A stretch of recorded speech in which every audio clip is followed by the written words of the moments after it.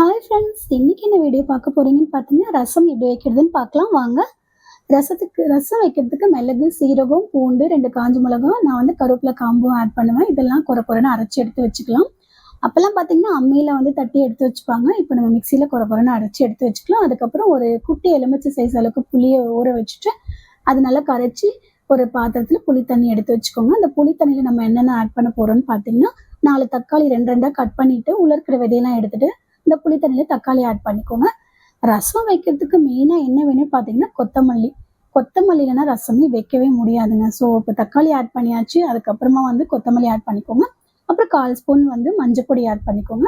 1/4 spoon பெருங்காயத்தூள் add பண்ணிக்கோங்க. இது கூட தேவையான அளவு சால்ட் ஆட் பண்ணி நல்லா கை வச்சு நல்லா மிக்ஸ் பண்ணி விடுங்க. நல்லா பிசைஞ்சு விடுங்க.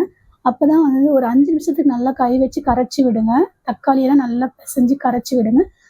5 நிமிஷத்துக்கு நல்லா கரைச்சாதான் கொஞ்சம் நல்லா டேஸ்டியாக இருக்கும் ரசம். கை வச்சு நல்லா கரைச்சி விடுங்க. அதுக்கப்புறம் நம்ம தாளிக்க ஸ்டார்ட் பண்ணலாம். ஸ்டவ் ஆன் பண்ணிவிட்டு கடாயை வச்சுருங்க. கடாய் நல்லா ஹீட் ஆனதுக்கப்புறமா தேவையான அளவு ஆயில் ஆட் பண்ணிக்கோங்க. ஆயில் நல்லா ஹீட் ஆனதுக்கப்புறமா கடுகு ஆட் பண்ணிக்கோங்க. கடுகு பொரிஞ்சதுக்கப்புறமா கருவேப்பிலை ஆட் பண்ணிக்கோங்க. கருவேப்பிலை பொரிஞ்சதுக்கப்புறமா நம்ம தாளிக்கும் போது ஸ்டவ் வந்து கொஞ்சம் லோ ஃப்ளேமில் வச்சுக்கோங்க. கருவேப்பிலை பொரிஞ்சதுக்கப்புறமா இதுக்கு தனியாக 2 காஞ்ச மிளகா இது கூட ஆட் பண்ணி அதுவும் நல்லா பொரிஞ்சதுக்கப்புறமா இது கூட வந்து நம்ம கொர கொரன்னு அரைச்சி வச்சு இல்லையா, மிளகு, சீரகம், தோல் உரிக்காத பூண்டு தான் கொர கொரன்னு அரைக்கணும். பூண்டு, அதுக்கப்புறம் காஞ்ச மிளகா, கருவேப்பிலை காம்பெலாம் அரைச்சோம் இல்லையா, அந்த மிளகு அதெல்லாம் எடுத்து இதில் ஆட் பண்ணிடணும். அரைச்சி வச்சது நம்ம இது கூட ஆட் பண்ணிவிட்டு நல்லா வதக்கி விடுங்க. லோ ஃப்ளேம்லேயே வச்சு வதக்கி விடுங்க. இது கூட வந்து இது கூடயும் வதக்கிறப்போ ஒரு 1/4 ஸ்பூன் பெருங்காயத்தில் ஆட் பண்ணி வதக்கி விடுங்க.